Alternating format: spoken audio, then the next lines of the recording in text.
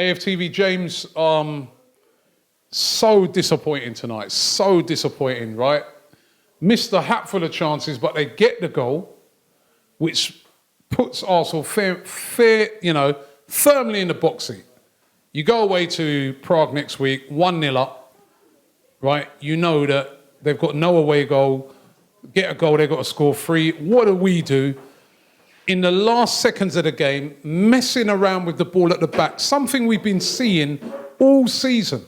This cost us. They still haven't learned, and we go and concede in the last seconds of the game, and now it's advantage Sparta Prague. Yeah, it was all a bit too familiar tonight. We were really looking for a response after Liverpool, and that wasn't it. That was shocking. I know we had chances, and we're going to talk about the manager and the players and everything, but we were still so poor today. We didn't, even with the chance we had, we didn't look like we were the levels above them we should be. So I'm really concerned going. No intensity. This is 4 games in a row. I want to talk about the players and the manager. Let's start with the manager. This is 4 games in a row where Olympiacos at home.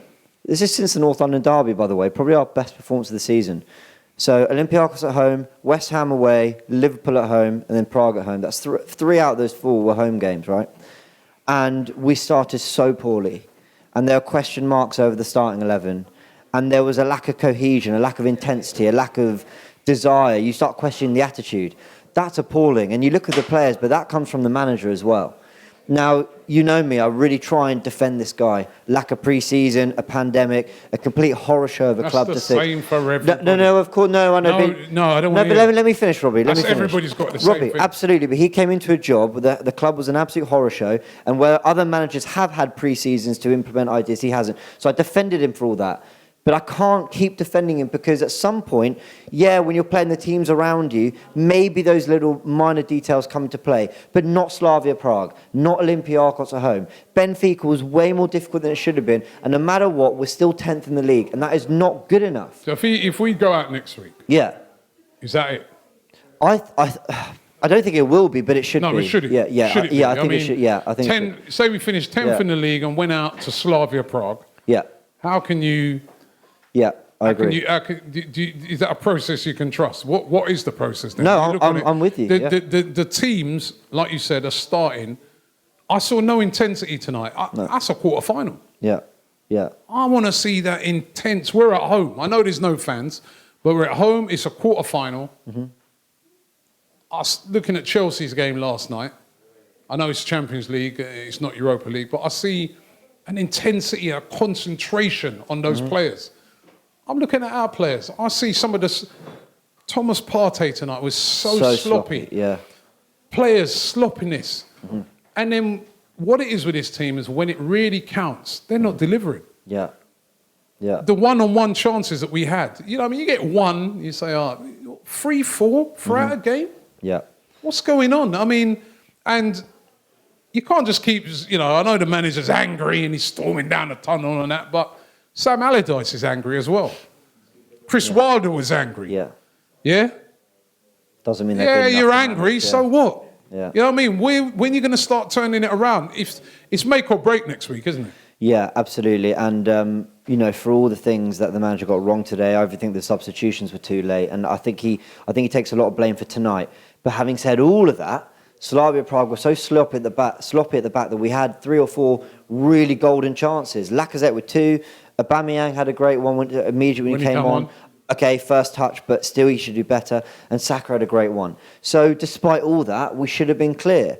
It is make or break next week, but not just for the manager. And we've touched on him. We mentioned the players who should have taken their chances. And sometimes they need to motivate themselves. The manager's got to get it right, absolutely. But where's your personal pride? Against Liverpool, it wasn't there. Olympiacos and Liverpool, it wasn't there. So Olympiacos and West Ham wasn't there. Tonight, I don't think it was.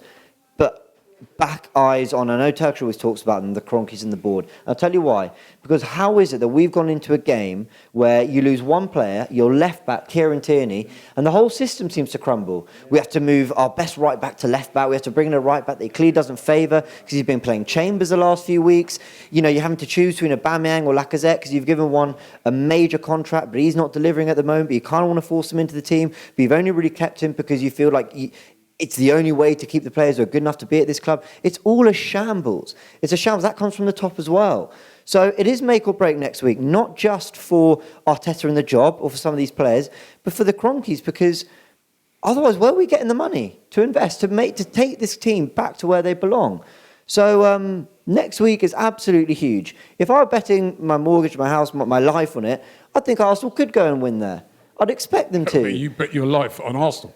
Well, no, I wouldn't want to, but if I had to, I wouldn't want to. Don't get me wrong. Let me tell you, I'm not going to the bookies to do it. Listen, But I wouldn't bet my life. I wouldn't bet my house. Yeah. I wouldn't bet my car. I wouldn't bet anything. But what should happen next week? We should go there and Right, that's what I mean. I wouldn't bet even a tenner on it. No, I wouldn't bet. No, there's no chance. But with this team right now, what I saw at the end of that game, not even £5 I would bet on this team because they would concede. Mm-hmm.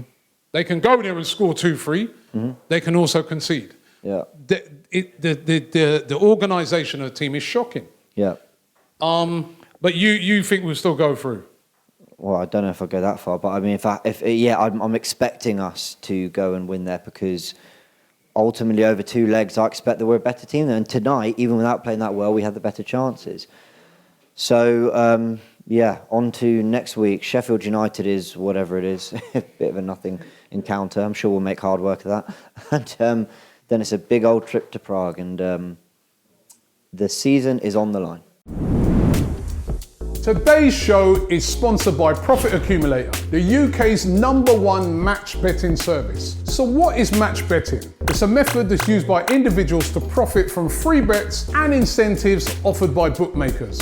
And when you sign up to Profit Accumulator, they will walk you through how to do match betting with their easy to follow video guide. So what are you waiting for? Click the link in the description and you can start your Profit Accumulator journey today